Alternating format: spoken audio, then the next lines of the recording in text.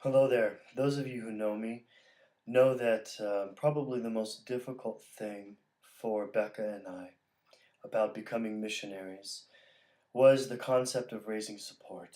And instead of working and receiving a paycheck from the person you're working for, uh, moving halfway around the world where nobody can see what you're doing, and working with and for people who aren't giving you anything but then asking people on the other side of the ocean to give you money was a concept that we struggled with a lot, and honestly, we still do. It feels strange at times.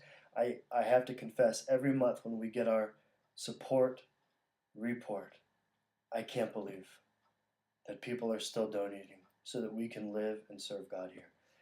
It's amazing to me. I mean, I've supported missionaries and I understand the principle, but to expect it to work in return is just a strange thing. But this morning in my devotions, I found a verse that I think is worth sharing. It's from the book of 3rd John, and I know I've read this verse before. I don't know why I've never seen it before, but it stood out to me. Starting in verse 5, it says, "Dear friend, you are faithful in what you're doing for the brothers, even though they're strangers to you.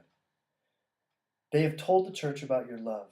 You will do well to send them on their way in a manner worthy of God." So it's talking about somebody going to strangers and needing support, needing to be sent with some support. Now, this is probably financial support, but also support of other means. You will do well to send them on their way in a manner worthy of God. Now, verse 7. It was for the sake of the name that they went out. That's a missionary. Receiving no help from the pagans, or that's an old word we don't use anymore, but receiving no help from the people who they actually went to minister to.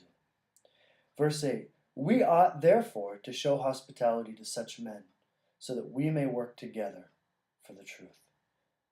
This is, well, I almost don't believe it. It's a very clear verse about people sending out others, helping, hospitality-wise, financially, so that the people do not have to be dependent on the local people that they're going to actually minister to or be a burden upon them. And in that way, there's partnership in the gospel. Now, there's a lot of other things I could say about this, and there's a lot of disclaimers and kind of side notes that I'm tempted to talk about, related to paying nationals, related to creating dependencies, related to different types of missionaries, related to tent making, such as what Paul did for part of his time. There's all sorts of other avenues that we could go down, but suffice to say, I think that this verse gives us a very clear model, at least for certain types of missionary support, as hard as it may be sometimes for those of us who are missionaries to still accept that concept and still receive the generosity of so many people. So to those of you that are our supporters that might be watching this, thank you.